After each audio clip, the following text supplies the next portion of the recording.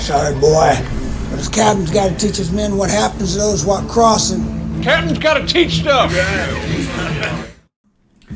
Good morning from the Batcave. It is Friday. It is February 16th, 2024, and I want to talk about eschatology. I want to take a break from my Christendumb series, and I'm going to keep going with Exodus. My Christendumb series is coming to a close, and I'm working on the last chapter. I am trying to weave in basically three main streams of history, and what I find is the common thread of the problem that emerges in the 21st century with doctrine. I mean, if you've been a Christian for 20 years plus, or you know what it was like in the 80s and 90s, you know that people have gotten entirely ignorant of what the Bible says in general in the churches. The churches barely teach anything anymore. Even good churches that are like spiritually on point and they're not like teaching any false doctrine, they still just don't teach a lot. You have to attend the Bible studies and you have to really put forth an effort to educate yourself, because most of what they're going to teach is more of an anecdotal lesson, and you could literally be in a church and they could spend like a year going through one book of the Bible, and then the next fundraising campaign happens or whatever, and they just don't teach a lot. They just don't teach a lot. You could go to a church your entire life and not learn a quarter of the Bible because they just don't teach a lot in church, which is sad because the primary reason for the church was teaching and explaining the scriptures. That was the primary reason that we gathered, to fellowship, worship the Lord, and learn the scriptures. But anyways, the net result of that and the roots of all that was basically people saying that eschatology didn't matter.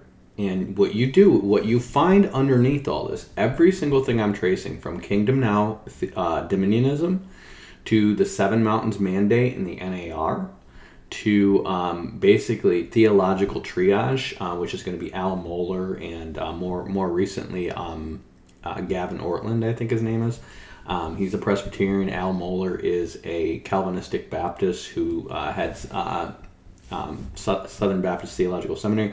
They're going to push this idea that eschatology is a tertiary issue. In other words, they look at it as like this. Basically, the primary issues are issues that we would divide over with other churches. The secondary issues are issues that we might not necessarily be in the same church, but we would certainly not say these people are not Christians. We would still have fellowship with them. It would just be too disorderly to have them in our church. And then he basically puts eschatology in the category of really a non-issue. It doesn't matter what you believe. It doesn't matter what you believe, okay? He puts that on whether or not you think we should only have organs or only a cappella or rock and roll music in church. That's the level that he puts eschatology on. And what you guys need to understand is most of the problems in church history stem from bad eschatology, okay? Now, eschatology starts to take a turn. I recently just posted this on my channel, if you guys get a chance to see this, but basically by the time you get to Constantine, okay, you're talking early 4th century. Okay, so this is 200 years after John the Apostle dies. John the Apostle dies in the early 2nd century. Okay, so 200 years after John the Apostle dies, all of the eschatological positions that are around today exist. Okay, the one that doesn't exist, the only one that doesn't exist, is the Pre-Trib Rapture. And the Pre-Trib Rapture is the only position where you can have date setting. Okay, the idea of we're predicting when the rapture is going to come, because all of the rest of them have events preceding eschatology. Now, I just talked to somebody about this. They had asked me about the doctrine of imminency. Okay, the whole idea of the Pre-Trib Rapture is based around the doctrine of imminency. And the doctrine of imminency basically says that no prophecies must be fulfilled before Christ's second coming. Okay? Now, right there, this is just wrong, because it's just a really bad idea that thinks just because Christ says no one knows the day or the hour, he thinks that means that no one can ever know the day or the hour, even if we're in Daniel's 70th week and the two witnesses are prophesying, which we have a day count. Okay? Now, it's a dumb idea because he doesn't remotely imply that nobody can ever know the day or the hour. He just says that nobody knows the day or the hour in the present tense.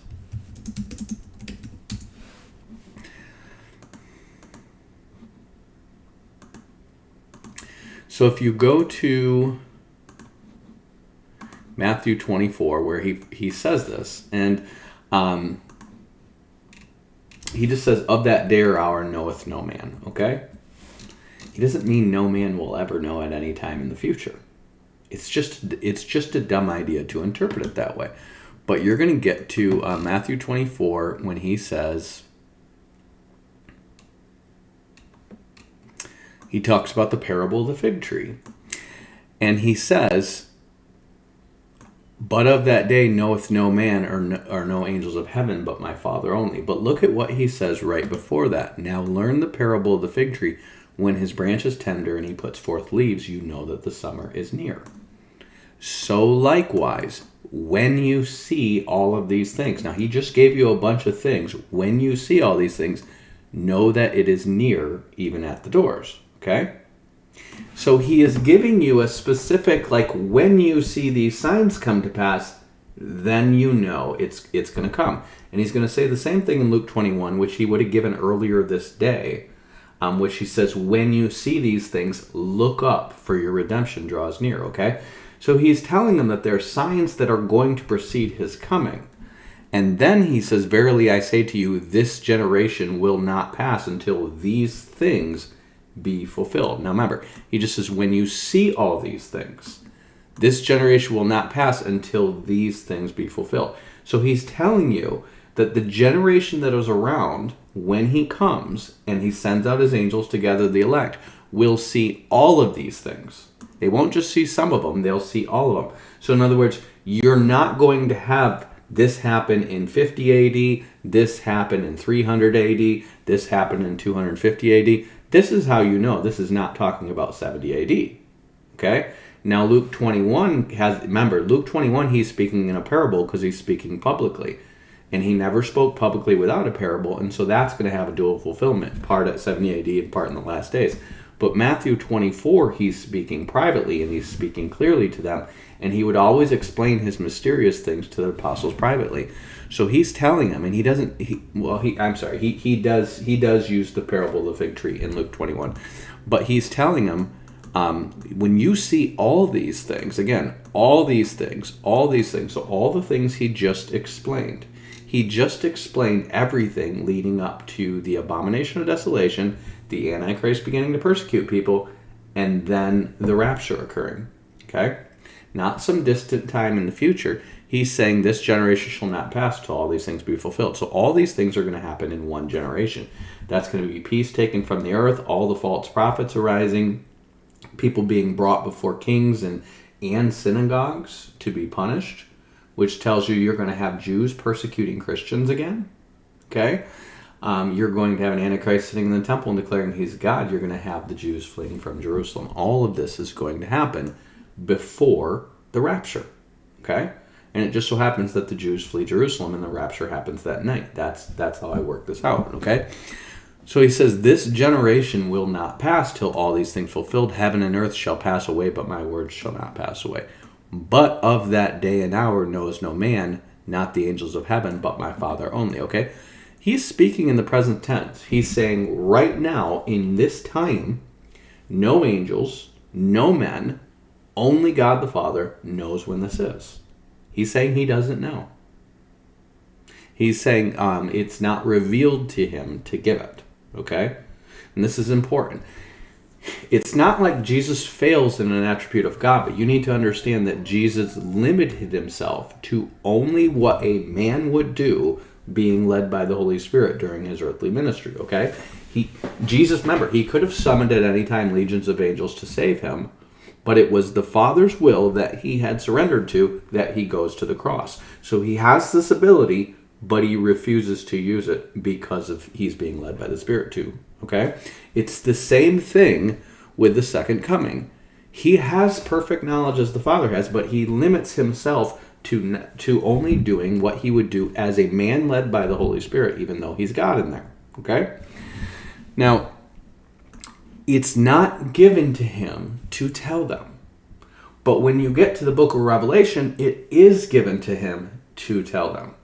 And he's going to lead, he's going to give them all these details of these things that must shortly come to pass. Now, he's not saying they must shortly come to pass in terms of like soon after him giving the book of Revelation. He's saying that these things must come to pass quickly in order. Okay? It's the same thing. It's an exposition on what he's saying here. He's saying this generation will not pass until all these things be fulfilled. Now, your preterists are going to hyper-emphasize this generation and say that's the generation he's speaking to. But he's saying it's when you see all these things is the preface, okay? When you see all these things. There was no abomination of desolation in 70 AD. There certainly was not a rapture in 70 AD. You didn't have the gospel preached to all of the nations in 70 AD. That's certainly clear. And so you don't have these things happen. He's saying the generation after the gospel is preached to all the nations, there's going to be a worldwide persecution, then these things are going to happen. Okay, and so then he says this generation. In other words, when he says this, he's always talking about the precedent thing. Okay, so when you see this generation, this or that, often with the article repeated, he, hereof, she, the same. Okay, he's saying the same generation. Okay, you could literally translate this word "this" to say the same generation. The generation that sees all these things will not pass until all these things are fulfilled. Okay? That shouldn't be hard to reconcile. Remember, preterism starts with it really starts with Clement of Alexandria, who is he's horrible when it comes to eschatology. You have Hippolytus of Rome and Clement of Alexandria, who are roughly their peers. Clement's probably going to die like 20 years before Hippolytus does. Hippolytus is probably a little younger, but Hippolytus is a way better scholar than Origen or Clement. And Clement is going to say Daniel's 70th weeks were finished in 70 AD, and he's just going to make 69 of them go up to Christ, and then he's going to make the 70th one in 70 AD and not explain why he's got 34 years between the 69th and 70th week. He's just going to do it, okay? He's a bad scholar. Tertullian is going to do something similar when he's arguing that the Jews missed Christ, okay? Hippolytus is going to say the 69 weeks lead up to Christ, and Daniel's 70th week is in the future, just like your modern dispensationalists would say, okay? And they're going to say the same thing. Hippolytus is going to say the same thing. That's the generation that all these things are going to happen in. But of that day and hour knows no man. In other words, when this actually is going to happen, when's the exact day this stuff is going to happen, nobody in the present knows. But based on what he's already said, he's saying that the generation that begins to see these things is going to see all of them. So that generation might not know the day or the hour exactly, but they're certainly going to know it's coming up soon. In fact, he gets to a point where he says, when you see all these things, especially Jerusalem surrounded by armies, which is basically the onsetting of the Battle of Armageddon, he's saying that you look up, your redemption draws near. So there's going to be a point in time where he's saying to look up because you'll expect Christ to appear soon. Okay? So again, that's not day or hour if we're getting super technically, but it is very close. So to expect, the year of it, if two witnesses start preaching in Jerusalem, and I'm just like, okay, well, they just started preaching. Well, when did they start preaching? We just noticed them 6 months ago. Okay, probably about 3 years, that's when Christ is going to get back. And I'm going to watch all these signs given in the book of Revelation and here that are going to be fulfilled in order. And we go like, boom, boom, boom, boom, boom, boom, boom. And by the time you get to, the temple being rebuilt and all these people going up to the temple to worship, and then the Antichrist, obviously is going to be down in Egypt, and he is going to be basically taking over Egypt, and then he's going to head back to Jerusalem. When he starts heading back to Jerusalem, I'm going to know who he is. I'm not going to be confused at this point in time, okay? Whether I'm in Israel or not. Remember, this guy is world famous. He is going to be bringing peace to the world, okay? And so I'm going to see this stuff happen, and I'm going to be like, okay, it's coming. It's going to be very close. Oh, he's in Jerusalem. Oh, he killed the two witnesses. Yeah, 3 days from now the rapture is going to occur. How do I know? Because it tells you the two witnesses are dead. The whole world is celebrating this for 3 days. And after those 3 days, the two witnesses are resurrected and raptured. So there's going to be a point where I will know the day. It's going to be when he kills the 2 witnesses. I'll know in 3 days, just like Christ's death and resurrection in 3 days, the 2 witnesses are going to be resurrected and raptured, and so am I. Okay? That's what the Bible teaches. And Hippolytus taught that too. If you read Hippolytus on Christ and Antichrist, he's going to say after the 2 witnesses finish their course, he thinks they're Enoch and Elijah, but he's going to say after the 2 witnesses finish their course, basically the Antichrist is going to sit in the temple and claim that he's God, and it's that time that Christ is going to send out his angels to gather the elect. Okay? He's very clear on that. I posted that on my comment section. I posted the whole citation from his On Christ and Antichrist, so you can see it's crystal clear. Okay, again, your pre-wrathers, he's going to put the 2 witnesses in the first half. Okay, now your pre-wrath conclusion is very ancient too. It wasn't recently rediscovered or discovered in the 90s. It was actually first recorded by this guy named Victorinus of Patau. He's going to be a student of Origen. Origen is not an eschatology buff. Origen believes in universalism. He believes in Neoplatonism. He believes in reincarnation. He is a horrible scholar. It took 200 years for him to be outed as a heretic, but that's because his students were always denying what he really taught. His first principles was not published. You don't get a copy of it in the West for 200 years. And then basically an apologist for Origen is going to make a copy of it, and he's going to redact a bunch of stuff because he knows it looks super heretical. And then Jerome is going to make a copy of that same book because he's got Origen's library, and he's going to say, that guy's full of crap. Here's what he really wrote. And it's going to be very clear that there's going to be a reincarnation in it. And at that point, the Origenists are going to first start to be declared heretics. And it doesn't go empire-wide. It's kind of a localized one. And Epiphanes of Salamis is going to call out that Origen is actually behind what is called Arianism. Okay? Origen and all his disciples believe in it, which is why so many people side with the Arians, and Constantine ends up being an Arian. Because the Origenite disciples basically dominate the Council of Nicaea. And that's why they also try to get the Council of Nicaea to conclude that all the priests have to be celibate and the married priests can't sleep with their wives anymore. Okay? They do this because they're disciples of Origen, who castrated himself. He's a Neoplatonist, and he thinks that all sex is impure, and it's basically just a necessary evil to create prisons for fallen angels, because he thinks we're fallen angels. Okay? The amount of false doctrine that is circulating around the disciples of Origen, they should rightly be called Gnostics. They're not Christians. They don't teach Christian doctrine at all. And one of their disciples is going to be the guy who comes up with the pre-wrath theory. Okay? So I posted that whole commentary. He's going to be Victorinus of Patau. You're going to see that on my channel as well. Actually, let me go to this channel here.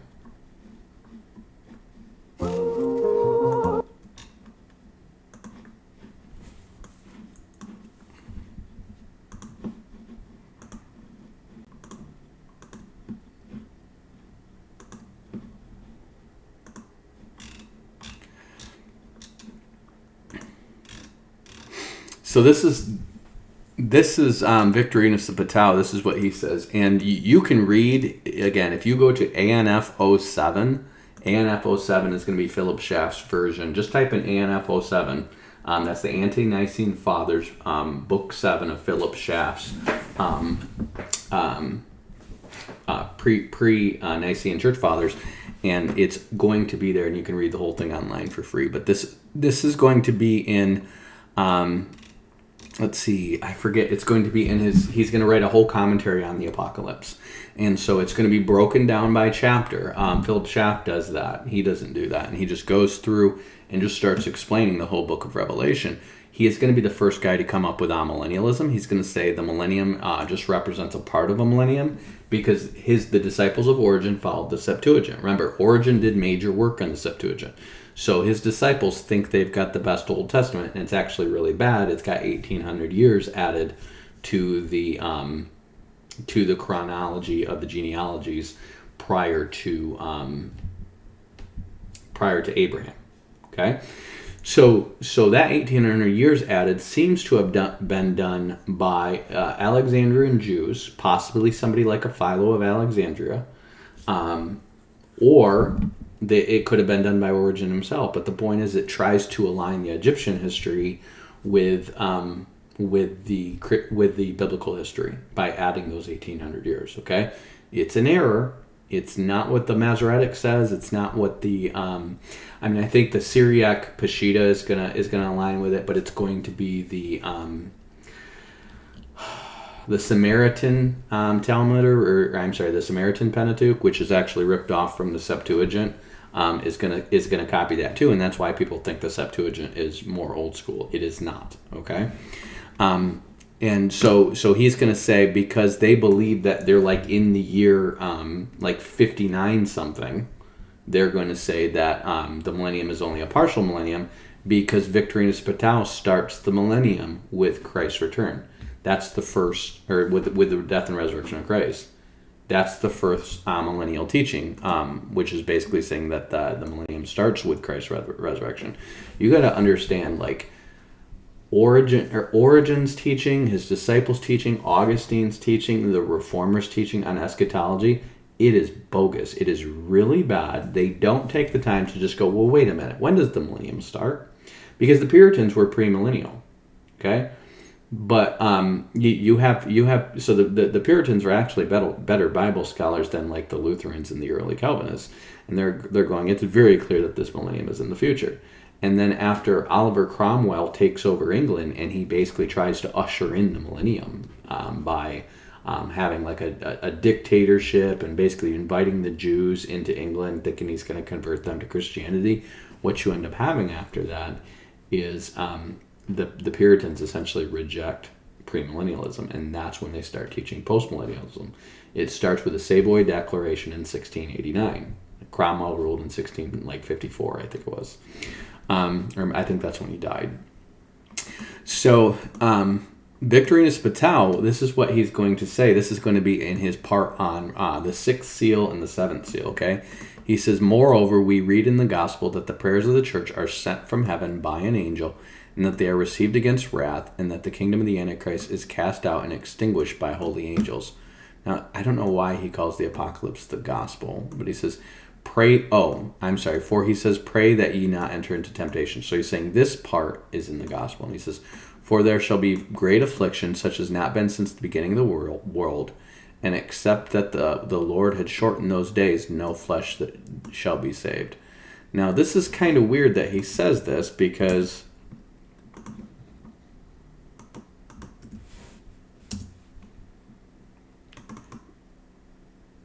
pray that you not enter into temptation is in Luke 22 and in Matthew 26, and this is not related to eschatology.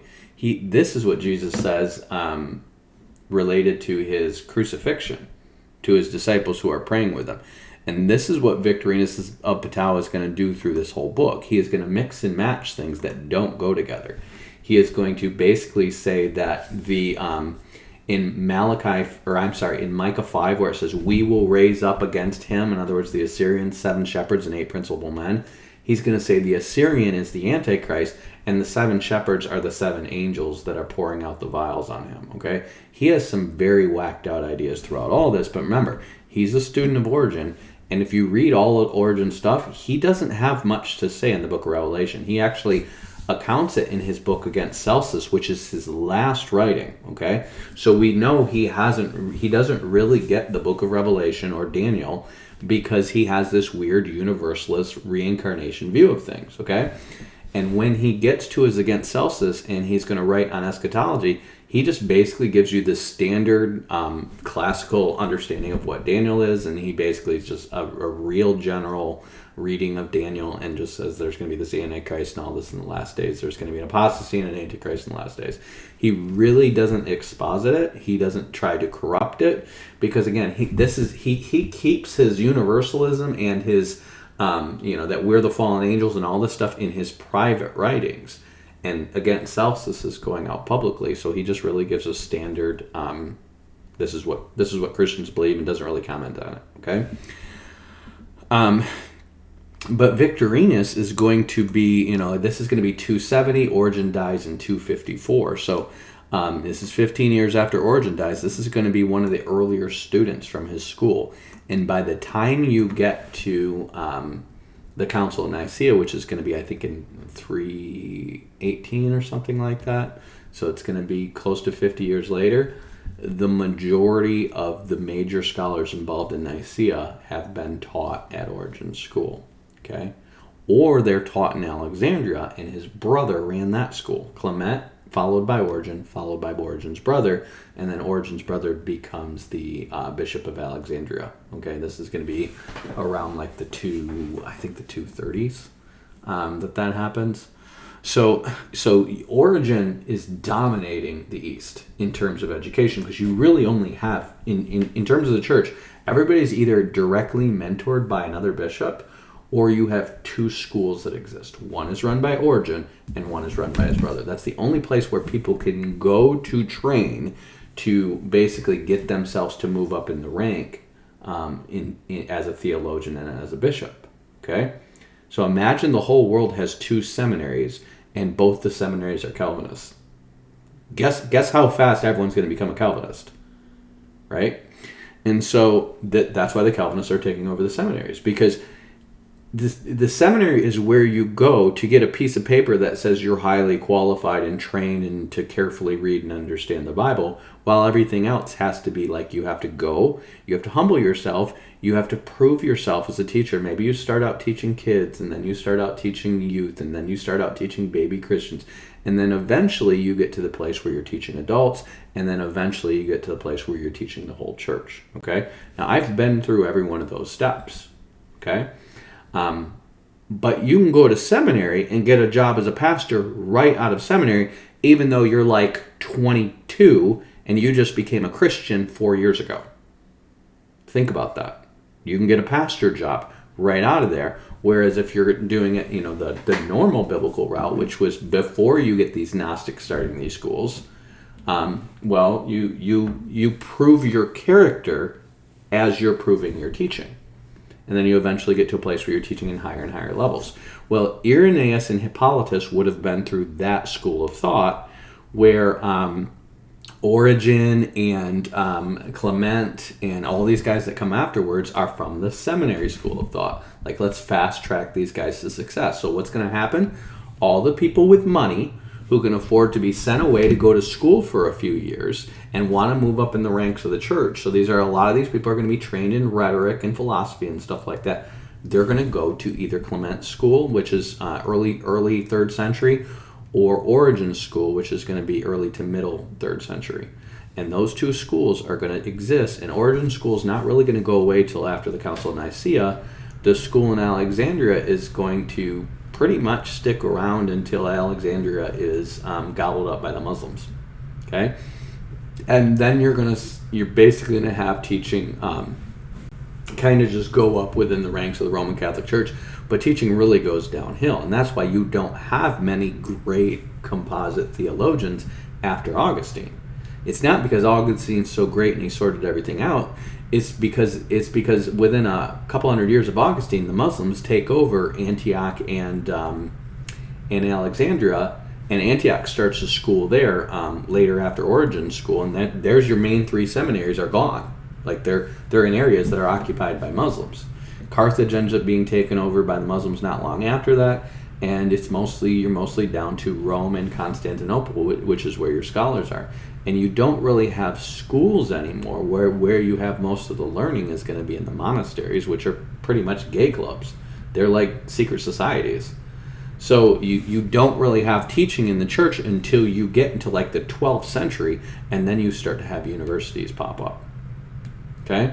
So you're going to go like 700-800 years with no real systematic way for people to be educated if they just want to get a good education in Christianity. It's mostly going to be these monks or these guys who are highly trained priests, and they have access to the stuff after years of basically grabbing the right arse. That's really what it is, because they're all gay celibates at this time. Okay.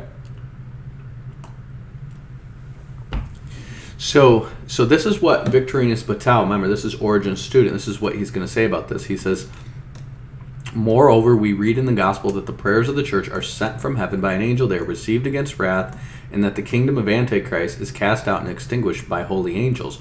For he says, pray that you enter not into temptation, for there shall be a great affliction, as not been since the beginning of the world, and except the Lord had shortened those days, no flesh would be saved. So notice he just takes two things. One, that Christ is saying about the Peter, James, and John praying with him in the Garden of Gethsemane, and another thing from his discourse on eschatology, and he's just smushing them together. Okay, this is how false teachers work. They're like, oh yeah, that all sounds biblical, and they don't realize, yeah, those things don't go together at all contextually.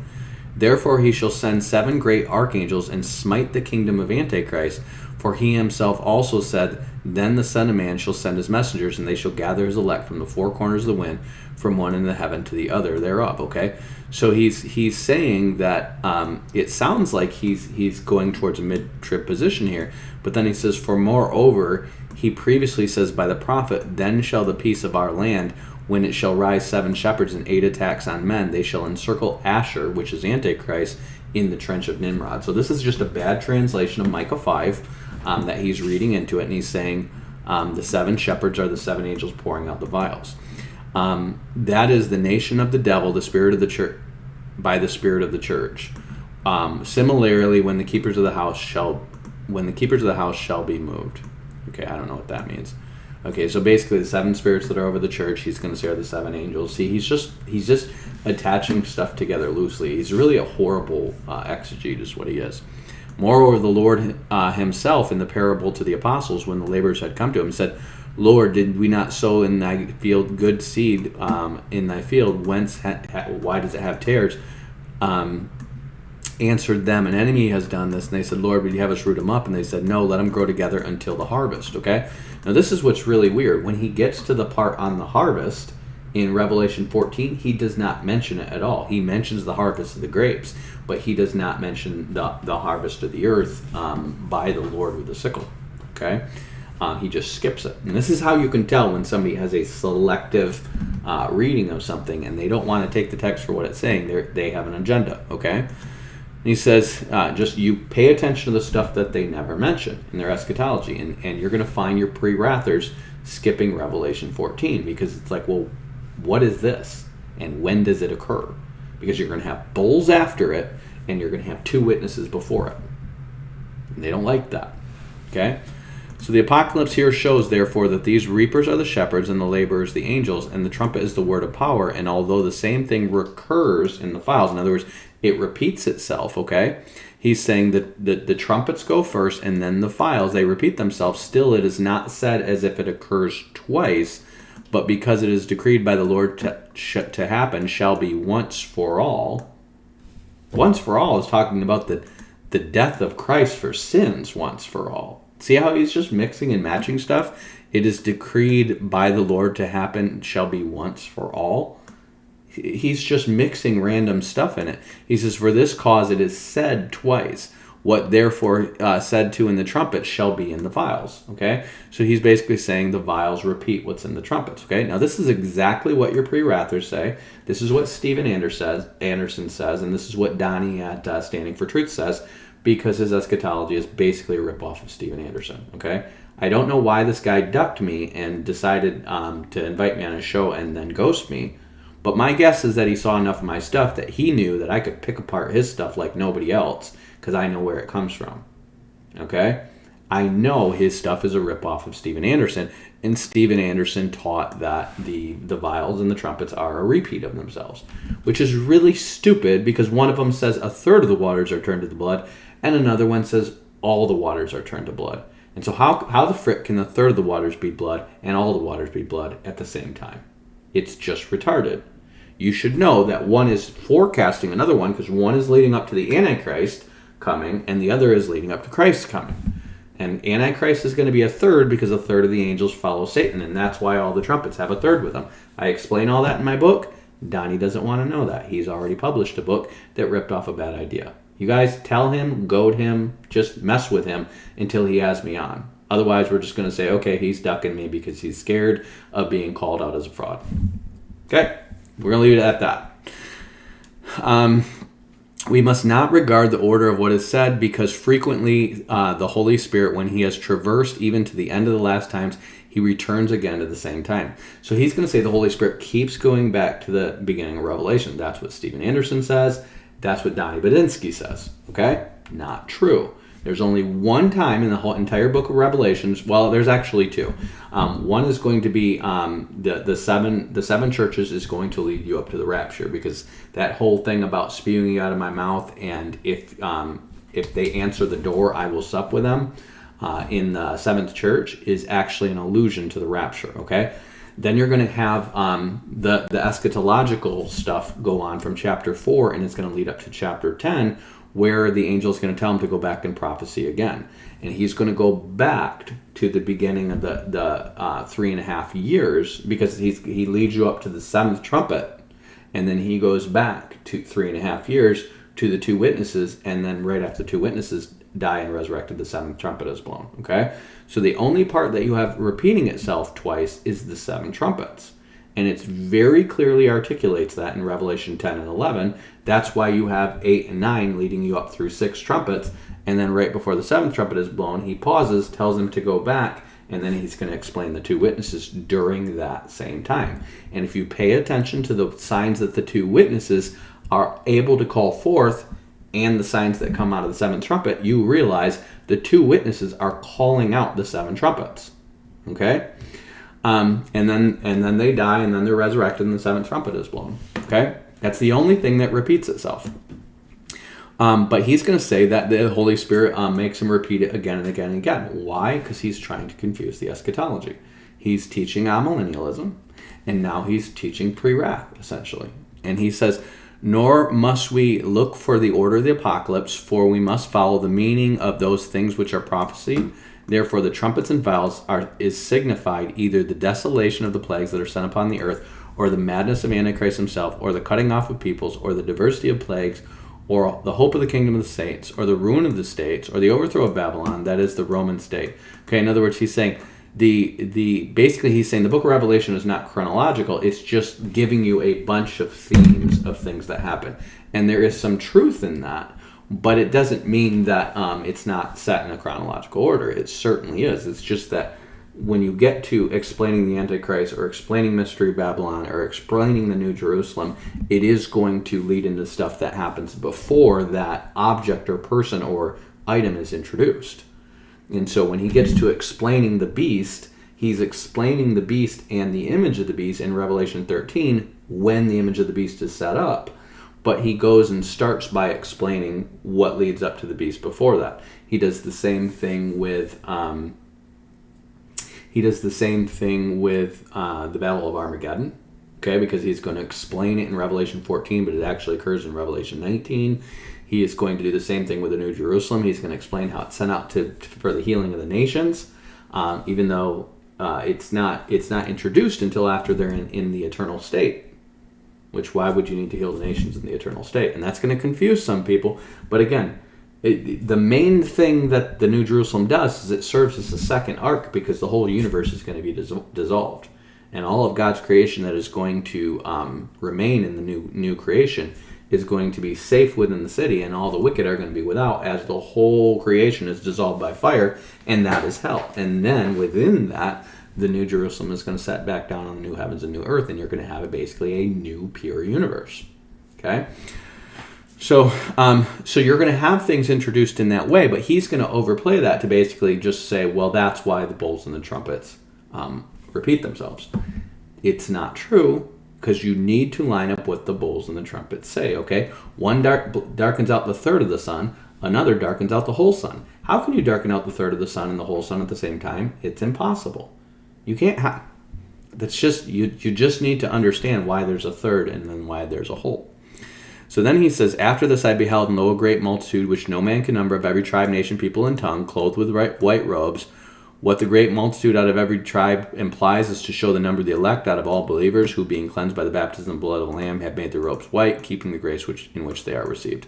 Okay, and so what he's implying here, and he doesn't go into a lot of detail, is that at the sixth trumpet, or at the sixth seal, that's when the eschatology ends, and that's when the 7 bowls are poured out. All that stuff is going to align, and his position is very much a pre-wrath position. It's kind of like there's not a real mid-trib here. He does explain the two witnesses, and he says that they're Moses and Elijah, but he just smears a bunch of stuff together, which is what the pre-wrathers do, to try to basically say, okay, well, it's after the two witnesses, and it's before the bowls, but we don't really have a timeline where we can put it on. Okay? Well, yeah, you do if you know when the two witnesses are, and they're in the first half. Okay? But again, like the pre-wrath position, he's just saying these things keep repeating itself. Don't look for chronology in the book of Revelation. He's saying it's better to be confused, so you just take my take on things. And his take on things is just not that good. He's not horribly off on most of the things he says. He's just a little off on almost everything he says. Okay? And then the third one is going to be Lactantius. Now, Lactantius is going to be, I'm estimating 280 AD. This guy actually lives to like 225, but he, around 215, or 315, I'm sorry, he is going to be picked to tutor Augustine's son, one of Augustine's sons. Augustine ends up murdering this son, so he never ends up being an emperor, but he teaches them, and he writes this Institutes of Christian Faith. So Augustine's legalized Christianity, his mom's a Christian, and his son's going to be raised in Christianity. And this son is going to be the one that wouldn't have been an Arian, that is going to be raised by him. Now, Lactantius has a lot of bad ideas. He's going to quote the Sibyls a lot. He's going to quote Hermes of Egypt, which is the guy who invents Hermeticism, which is like a predecessor to Gnosticism. It's basically the Egyptian mysteries. So that's going to mix with Christianity and Judaism to become Gnosticism. It's also going to influence probably Pythagoras, and he's going to quote this guy because that guy has eschatology too. He's going to quote the Sibyls, the Sibylline oracles. So these are pagan oracles, but he is going to come up with the post-trib position. He is also going to be the guy who invents replacement theology. He is going to specifically say that God is done with the Jews, and that the kingdom has gone to Israel. And so he's going to get the Jews out of his eschatology. And this is what he's going to say.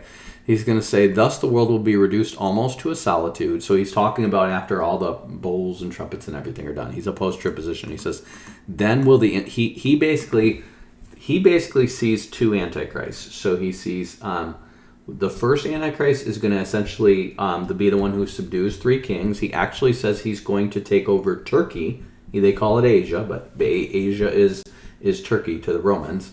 And they say he's going to take over Asia, and from there he's going to pluck up three kings, and he is going to basically set up his image and all that stuff from there. Okay. So he says, the impious man will persecute the just who are dedicated to God, and will give orders that he himself be worshipped as God, for he will say that he is Christ, though he will be his adversary. That he may be believed, he will receive power for doing wonders, so that fire may descend from heaven. So that's the second beast, okay? So he is basically describing the false prophet. He's merging the false prophet and the image of the beast together as one, to say that's like the second beast, okay? And he says the sun retire from his course, and the image which he'll set up may speak. So there's the image of the beast, and he's saying basically it's the second Antichrist. And then he said, by these prodigies he will entice many to worship him, and they will receive a sign in their hand or their forehead. So there's the mark of the beast. And he shall not worship him, and he who shall not worship him and receive his sign will die with refined tortures. Thus he will destroy nearly two parts. Remember, in the seven trumpets, you're going to have, I don't know why he says nearly two parts. Oh, I'm sorry. Thus he will destroy nearly two parts, and three will flee into desolate solitudes, okay? He is getting this from Zechariah, where it talks about the first part will be led into captivity, the second part will be put to death, and the third will be refined through the fire, okay? So that's why he's saying he will destroy nearly two parts.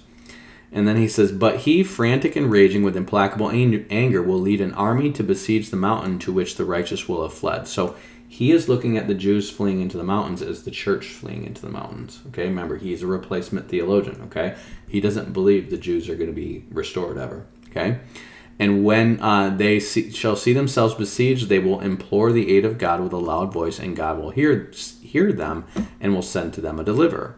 Okay, so there's your Origen or your post-trib position. Okay? If you go back to the oldest, again, these guys are going to be at least, at a minimum, are going to be about 50, 60 years removed from Hippolytus, okay? It's probably closer to 70 years, but they're also both influenced by Origen. Once you get to Clement and Origen, all of the eschatology starts to get confused because these guys are mixing in the oracles, the Gnostics, Neoplatonists, the Sibyls, the Hermeticism. I mean, it's not something that you suspect because you're anti-Catholic or anti-Orthodox. It's in their writings. They quote these guys, they cite them, and even they call many of them, specifically call them divinely inspired. Okay? These guys are horrible theologians. These are not great Christian writers. They're horrible theologians who are, imagine if I started like just taking stuff from Plato and Aristotle and saying, yeah, they're divinely inspired. This is why this is part of the right truth. Okay, they do that.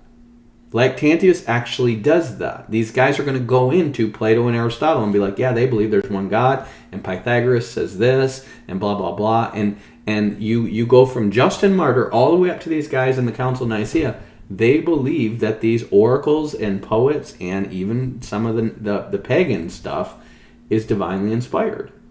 These are not the kind of people that you want teaching you. And they look at the people who are telling them what they're doing is wrong, and they're like, oh, they're just ignorant and they're too stupid to know that philosophy is safe. Okay?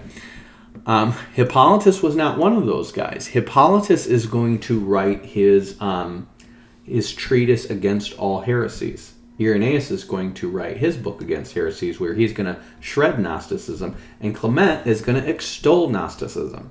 Okay? Hippolytus is going to write his book against all heresies, and he is going to systematically show you where they mix Egyptian mysteries, Babylonian astrology. He's going to explain the Egyptian mysteries and Babylonian astrology. He's going to explain these mysteries, and then he's going to explain the history of the Greek philosophy, and then he's going to explain how the Gnostics mix these things together with Judeo-Christianity to come up with the different Gnostic schools. It is probably, I mean, the only thing I disagree with him on is he gives Heraclitus, he gives a bad rap, and you can tell he doesn't know much about Heraclitus. Nobody really knows much about Heraclitus.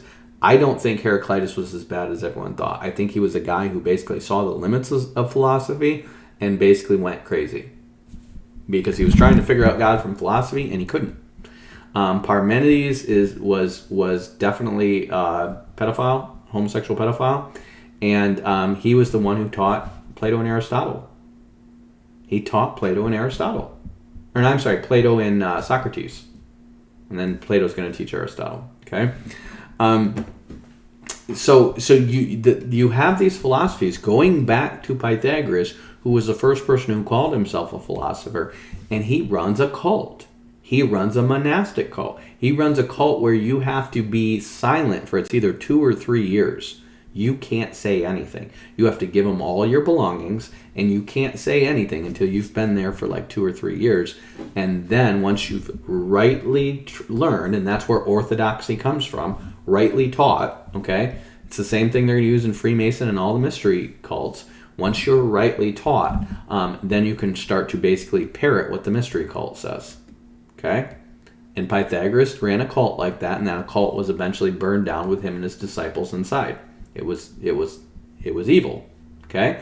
And these Christians are going to take it and say it was divinely inspired. Martin Luther is going to praise Pythagoras and Parmenides, the homosexual, okay? Martin Luther. You guys need to understand how broken Protestant Reformed theology is. It's going to harken back to the exact same false teachers that the Orthodox and the Catholics do, okay? Where Hippolytus is going to shred all those teachers, and he's taught by Irenaeus, who's taught by Polycarp, who's taught by John the Apostle. There are very much two churches. And by the time you get to Hippolytus, the true church loses. Okay? I'm not going to say Hippolytus was right on everything, but he was way more right than the people who took over the church at this time. And by his day, you have Callistus of Rome basically start buying and selling forgiveness. And he takes over the Roman church because Hippolytus, basically, he sets up a mystery cult to himself, and Hippolytus writes all this down, and he calls it out, and for some reason, none of your seminaries give account to it, but he writes down in his Against All Heresies what Callistus does, and he says Callistus is basically a con artist who took over the Roman Church, basically like bribing his way up to being close to the bishop, and then when the bishop dies, he says that the bishop said he was his successor. And nobody bought it, and so they all made Hippolytus his successor. So Hippolytus should have been on your pope's list. And Hippolytus is basically writes the apostolic tradition as the church standard. He has his Against All Heresies. He is standardizing the church because he knows that there are wicked Gnostic cults who are trying to take it over. And Callistus, he says, is really the person who brought modalism to Rome. Okay?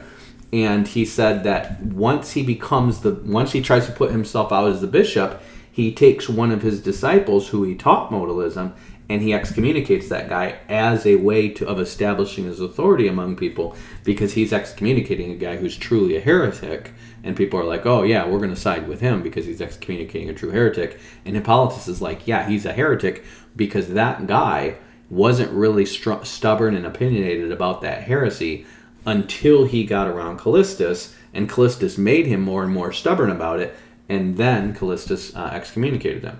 It was all his ploy to get in, Callistus is a snake, and then it's going to be Callistus's predecessor, or his successor, that is going to really create indulgences, the idea of giving the church money to gain atonement for sin. And it's going to be him who is going to basically go into, I think it's going to be his successor and then Hippolytus, who both go to the mines together during a persecution and die. And then basically their successor is going to say that Hippolytus repented and he basically came back to them as the true church, and that's how they take over the Roman Church. Okay? So by the time you get to around the 250s, the Roman Church has been taken over by secret Gnostics. Okay? The Alexandrian Church has been taken over by secret Gnostics. The church in Caesarea has been taken over by secret Gnostics. And then the Church of Antioch is just kind of a mess, and the Church of Carthage is basically just sucking up to the Church of Rome. And those are going to be your five pentarchies, or your five pentarchs who are basically going to gain their power from Constantine. You have an entirely corrupt church by the time you get to Constantine. It's not something that Constantine corrupted. It was corrupt 75 years before you get to Constantine. All of the major sees have heretics at the head of them. Okay, you have Paul of Samosata. He's running Antioch, and he's this weird guy who has a couple ladies with him, and he's basically using his office to basically adjudicate and kind of put himself out there as like a judge of civil disputes for money. You have basically Origen students who are running a secret cult in Caesarea. You have Origen's brother and his disciples who are going to be running basically a Gnostic cult out of Alexandria. You have Callistus, who is essentially a secret modalist after that, and his disciples after that are going to be buying and selling indulgences. And then you're going to have Cyprian, who is going to tell people to start infant baptizing their children as soon as they're born, and claim that anybody who baptizes a child after that is a heretic. Okay? Every single one of them. And if you go to most of your seminaries, they're going to tell you that Origen was a great theologian, Cyprian was a great theologian. Okay? They're not going to tell you Hippolytus was a great theologian. Why? Because they're on the take. Your seminaries are corrupt. I don't care about your good Baptist seminaries. They're ignorant. If they're not calling out and shredding Origen, shredding Cyprian, shredding Augustine, they're on the take. Because these guys were all corrupt. They were all about their own prominence, their own egos, their own writings being famous, and basically destroying their opponents. Okay? And it's from those other guys that you're going to get pre-wrath, and you're going to get amillennialism, and you're going to get postmillennialism. You don't get pre-tribulationism until you get to Darby. He is the one who's going to come up with the doctrine of imminence, okay? which I just showed you. I hope I showed you. I hope that makes sense, that the doctrine of imminence just doesn't make logical sense. Christ is not going to give you a bunch of signs and say, when you see these things, look for this, and then say, but nobody knows the day or the hour, and so therefore don't look for any of those signs. It's absurd. Okay? But all these things, again, once you get your reasons for all these bad eschatologies out of the way, then you get to good eschatology, okay? I wrote this book, and I kid you not, if there were another good eschatology out there that I could recommend, I wouldn't have written this book. I read as many eschatologies as I could find. I read the oldest stuff I could find. I read the current stuff from your partial preterist, your post-trib, your pre-wrath, your Catholic millennial position. I've read them all. And they're all garbage. They don't line up with the Bible. They don't give an accurate record of church history. They don't give credence to what should have been heeded in church history. And so that's why I wrote this book. So this is what I'm asking you guys to do. This book has been out since 2019. Really 2018 is when I published it, but that was a crap copy, and I published a better one in 2019. I only have like 5 reviews, like written reviews, where people actually read the book and explain what they like about it. And I'm asking you guys to get on Amazon if you purchased a copy and give me a review. Okay, a lot of you have read the book by now. I'm telling you, not in humility, I'm telling you this is the best eschatology out there, and it's sold 200 copies in 5 years. Okay? I get on here, some D-bag got on here and gave me a 1 star for no reason. Probably just somebody who didn't like me kicking off my channel or something like that. But I've got one anonymous. I've got actually like all 5-star reviews, but I only have 12 reviews. Okay? And I've got I haven't gotten a review in over a year, or almost a year. 6 months ago, it looks like somebody did one. And my first one was in 2021. Okay? There's been 200 sold, and I'm asking you guys to help me out with the algorithm and write a review there if you could.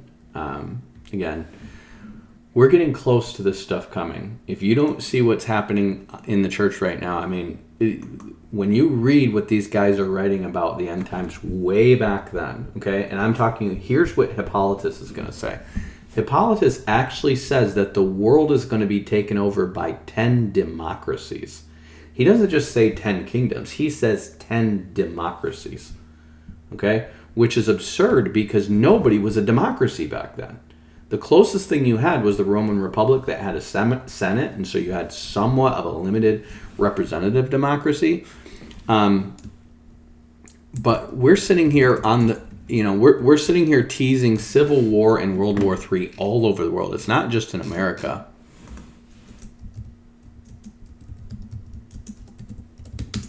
We have this thing going on in the Texas border, and I promise you, they're going to use this as some kind of emergency to try to hawk the election. Something weird's going to happen with this.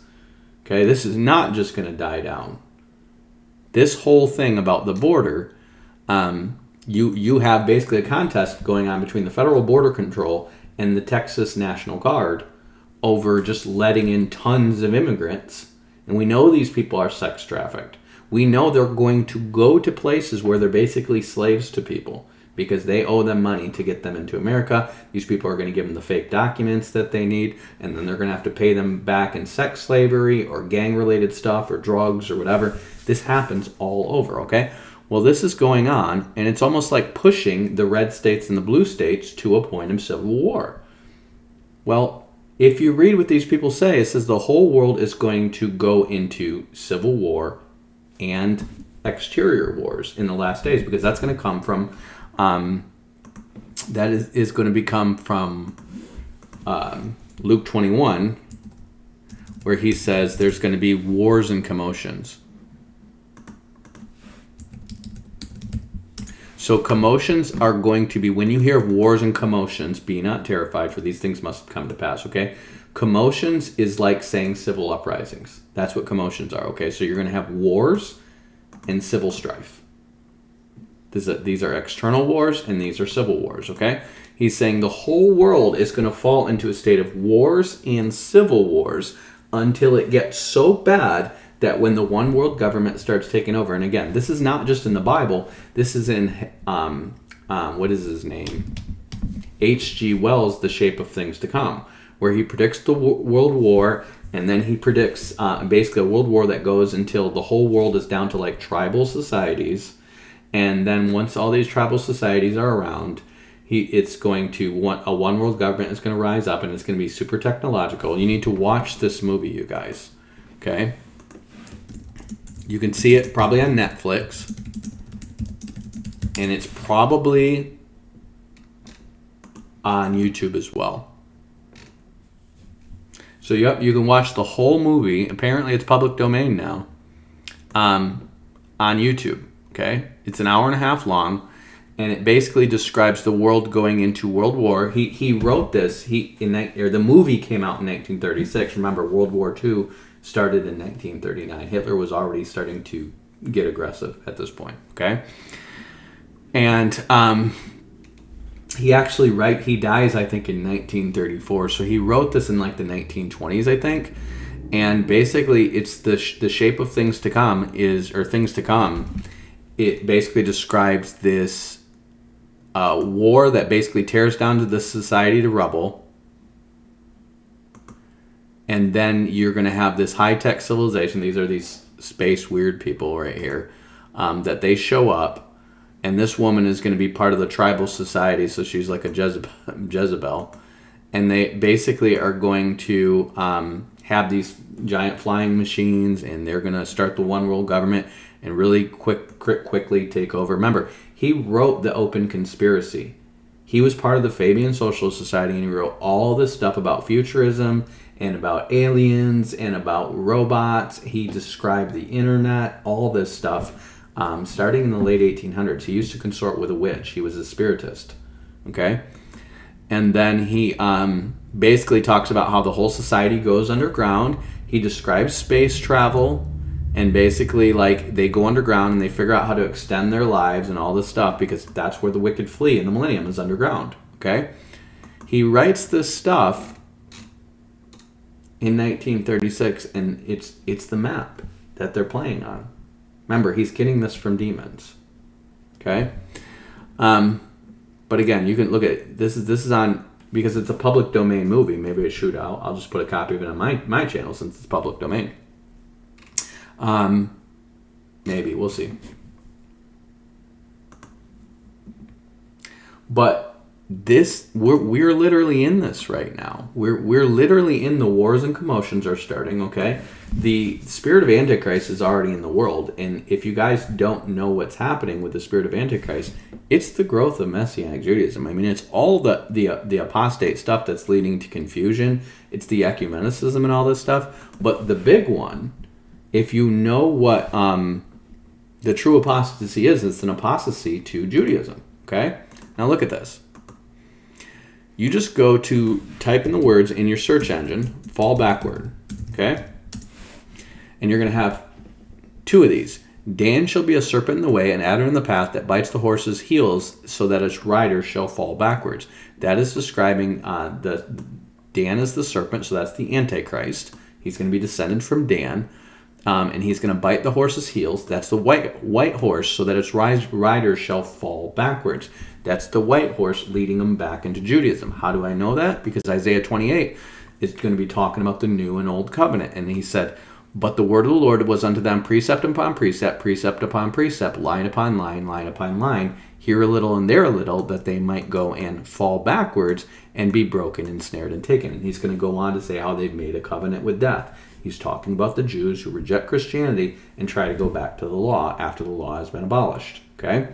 This bad idea is going to be fostered by the Roman Catholics. Are going to have a version of the Mosaic Law in Roman Catholicism. You're going to have the Reformers have a version of Mosaic Law in there, and then in the 1600s, you're going to have your first Judaizers come back in the form of the Seventh-day Baptists.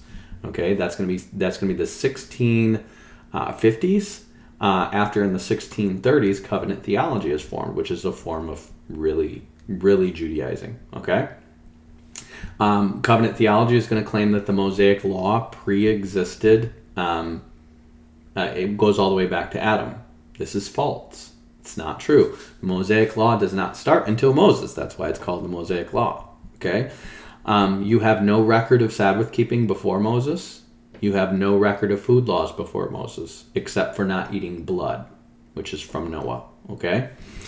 And that's why that's really the only food laws that they're going to say is stuff sacrificed to idols and strangled and eating blood. Okay, because you're not supposed to eat food with the blood in it, and if it's killed by strangled rather than cutting its throat and bleeding it out, well, that it's died with its blood in it. Okay, so this falling backwards is going to be the apostasy. The apostasy means to depart or fall away. Okay, this is falling backwards. And basically, this is the whole point of Hebrews, is telling you, don't go back to Judaism or you'll be destroyed. There is no hope for you if you go back to Judaism. Okay? So, I was at a Messianic Jewish church, and they don't think they're doing anything wrong. And I talked to the pastor, and I said, well, can't you see that the Antichrist is going to lead people to worship at the Temple Mount before he says that he's the Antichrist, and how associated all this Judaizing stuff is with the end of time? And I said, can't you see we're on the cusp of World War III right now? He doesn't believe we're anywhere near World War III. He doesn't believe we're anywhere near the end times. He just looks at them as following traditions of the Jews to educate people, which is bullcrap, because then I talk to this guy's son and I find out their whole house believes the Holy Spirit has commanded them to keep Mosaic Law, basically. Okay? So that's one pastor that I know personally. Well, then I look for Hebrew roots, because I met 5 people in that church who said you need to keep the law of Moses to be pleasing to God, and some who said you need to keep the law of Moses to be saved. Okay? Well, this is this 911 Ministries, and I want to show you this. This has grown. This Hebrew root stuff has grown.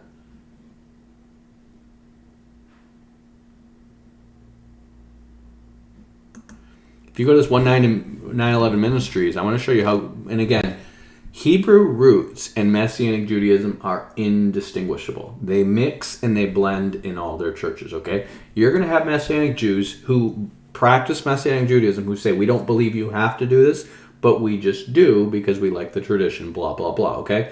Very few of them are actually Jews. You do have some, but very few of them actually are Jews. The majority of them are going to be Hebrew roots people who think you have to keep the law, and they're going to be influenced by stuff like this, okay? Now, this is a quiet movement that is growing worldwide, and you guys need to see this. This is a map of Hebrew roots fellowships in the world, and it looks like you can't tell how big this is until you just start panning in. Here's Namibia, okay?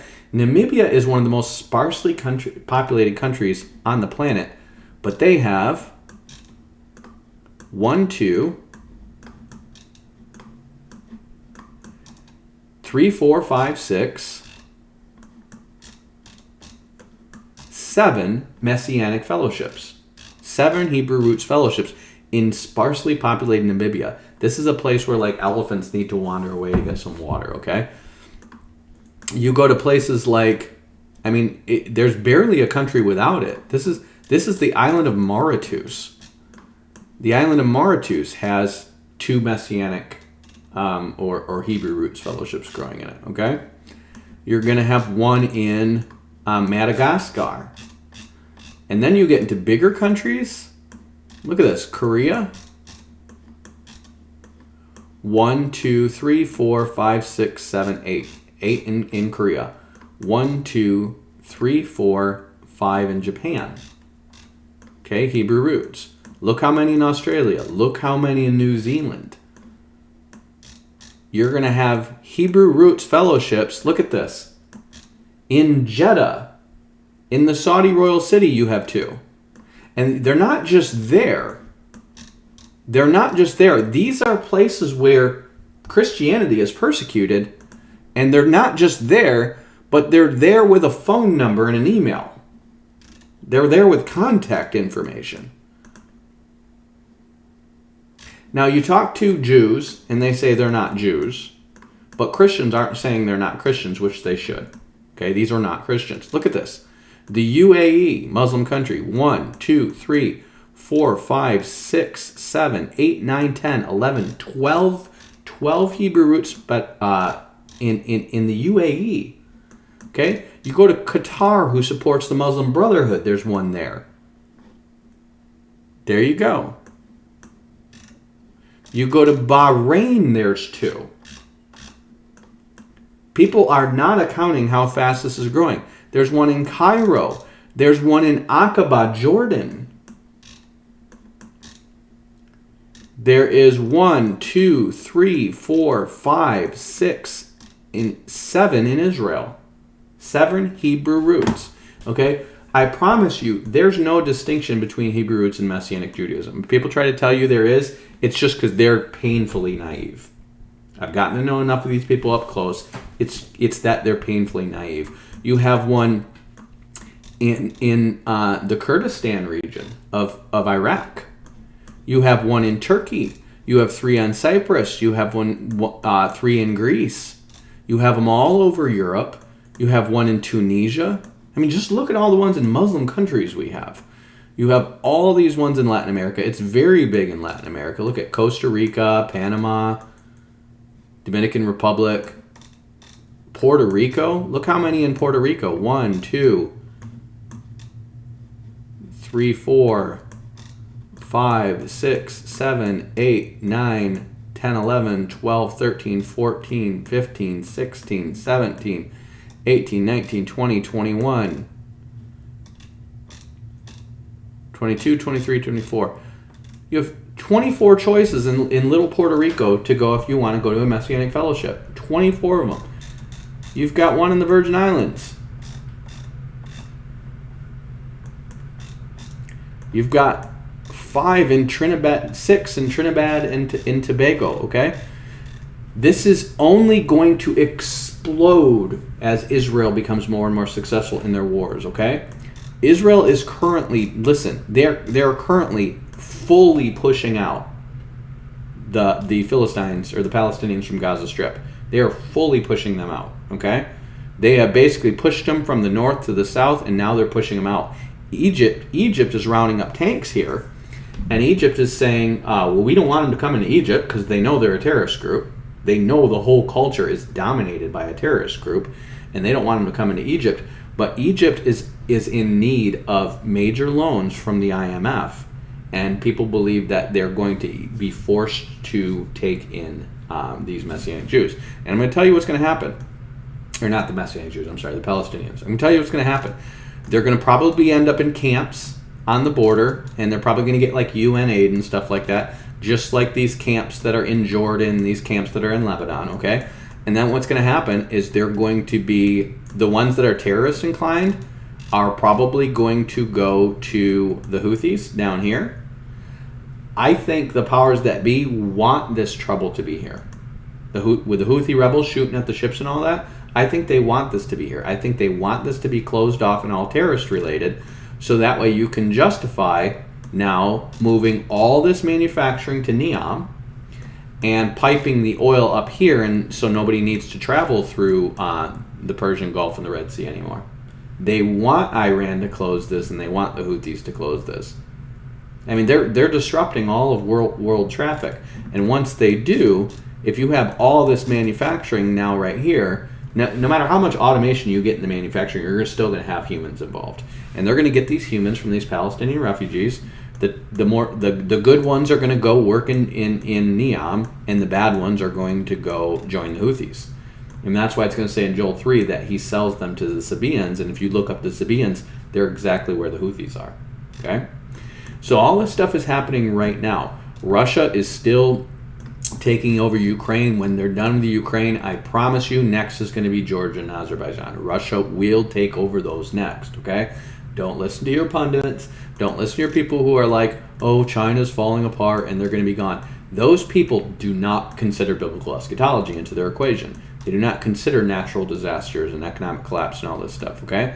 Taiwan is probably going to be taken by China. Taiwan's probably going to be taken by them, and what you're going to have is you're probably going to have China is going to get Taiwan and say, okay, we're content now, and there's probably going to be a balance of power politic between Indonesia, the Philippines, Australia, and China, with naval support from Britain and probably us, that says you're not going to go any further. Okay, you got Taiwan, you're not going any further, and China's going to be like, that's fine, because they're going to have all Taiwan's NVIDIA plants and their chip plants, and they're going to be like, okay, well, we're just going to start our own little empire around Chinese manufacturing and chip selling, and the rest of the chip selling is going to come from Intel, and that's how the North American Union is going to stay part of it. Okay, unless somebody else builds up their own chip manufacturing. But you're gonna watch this thing turn into the Antichrist and the Kings of the East over the next decade. Over the next decade, I'm telling you guys, this is happening. And nobody's paying attention to it. Nobody studies eschatology because they're all declaring it a tertiary issue and we shouldn't divide over this and blah, blah, blah, while they all confuse you with all the stuff that came from Origen and his disciples. It all came from Origen and his disciples. And he's the worst theologian imaginable. He's a reincarnation believer, okay? Anyways, if you haven't bought the Revelation Every Eye Will See Him, okay, it's going to take you through. I've got a lot of videos explaining it, so I'm not going to explain it here. It's going to take you through everything Jesus says, everything Paul says, and then the whole book of Revelation. It's going to make it make sense. It's going to simplify it for you, and it's just going to break stuff down. There's not all kinds of fancy charts in here because it's not that complicated. Once you understand the text in chronological order, you realize, oh, I don't need a whole bunch of charts. I just need to read. I need to know what the scriptures say. Okay? And you can put together a chart if you need to, but it's a simple chart. There's Daniel's 70th week in the future, and in the middle of it, you're going to have the two witnesses die, get resurrected and raptured, and then the Jews are going to flee, and then the rest of us are going to get raptured as they're setting up the image of the beast. And everybody who's left, who wasn't watching for the rapture, that doesn't get raptured, those people are going to get their heads chopped off for not taking the mark of the beast, or they're going to take the mark of the beast. There's my eschatology. You want to write that into a chart? You can. Okay? But it's not that complicated. So, again, those of you who've been blessed by this teaching, by this book, please help me out. Please do me a solid, and please go write a review, recommendation, share, like, subscribe, whatever that whole thing. You know, I am not a marketing guy. I am not good at marketing. I spend my time studying and researching. I suck at marketing. I don't want to be good at marketing. All the people who are bad at doctrine are good at marketing. All the people who are eloquent speakers are bad at doctrine. That's why they've taken over the churches. That's why we have an apostasy. Okay? My job is to suck at that stuff and be good at like digging and understanding doctrine so you guys can have published works that are good like this. And I'm in my last chapter. I'm in the 21st century writing on my Rightly Dividing book, and you guys are going to have a really nice church history when you're done that is going to explain the unfolding of theology over all the centuries in about 350 pages. It might be close to 375, but it's going to explain the unfolding of theology so you're going to understand where everything went wrong, why the church is so confused right now, why there's so many denominations and they argue about everything, and it's going to get you into the Word, hopefully, to kind of establish your own doctrine. So, anyways, I hope you guys are blessed by this. Hope you have a great weekend, and Batman out. Peace. Peace, I'm out. I'm Batman.